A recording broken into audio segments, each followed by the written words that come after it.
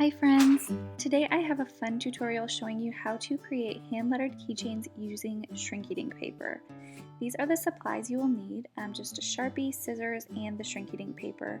Do make sure that if you want the clear, you are choosing the crystal clear pack. I accidentally bought a white pack and it was fine, but I like the clear better. We're just going to start by lettering our phrase. And you want to remember that it's going to be about 2 to 3 times smaller, so letter it a little bit bigger than you think you might need to. And I am just using a regular Sharpie, and then I'm going to go back over it and add the filigraphy.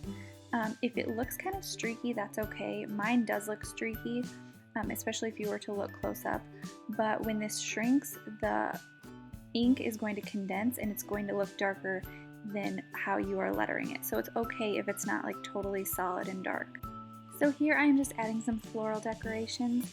I do not draw at all, but I purchased a book on Amazon on how to draw florals, and I've been practicing and having fun with it lately, so I'm not very good.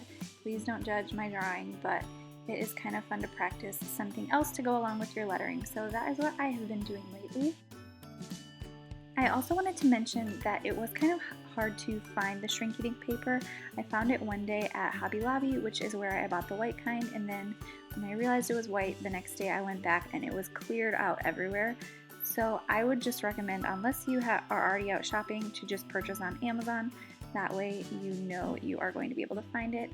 I have been seeing these Shrinky Dink type of lettering projects all over, so maybe that is why they are selling out so quickly. So here I'm just using a fine tipped Sharpie just to add some shading detail, which to me is the very hardest part of drawing florals because I never know where to shade. So if you have any tips for that, feel free to leave them in the comments below, because this, like I said, is definitely new to me and it's kind of fun, but I still feel like I don't really know what I'm doing. So I am just finishing up my florals here, and then we are going to cut it out with the scissors. And I do recommend that you try to make this as much of a circular shape as possible. Some of the things that I made that were more narrow or that had little parts sticking out got all stuck together when they curl up in the oven. So you definitely want to make sure that it's more of a circular shape, and don't leave any jagged edges because this is going to get really thick in the oven and you don't want sharp edges to it. So I'm going to punch a hole with a regular size hole punch. Anything smaller gets super tiny in the oven. So use a regular size hole punch, and we're going to put this on a baking sheet with parchment paper at 325 degrees Fahrenheit. So I apologize about the shaky footage, but I wanted you to see this curl up so that you don't think yours is being ruined if this happens. And it would not heat up fast enough with my door open. So I had to kind of hold my camera in the open, hot oven door and try to get this for you.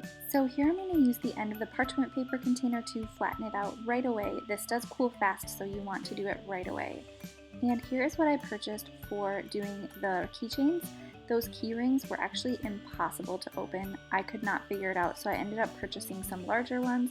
If you have gotten those smaller ones open, please feel free to let me know because they would not budge for me.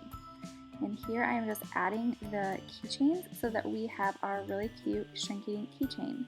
And I made a few more, which you can see. So feel free to leave any questions in the comments box below. Thank you so much for watching, and follow along on Instagram if you are not already.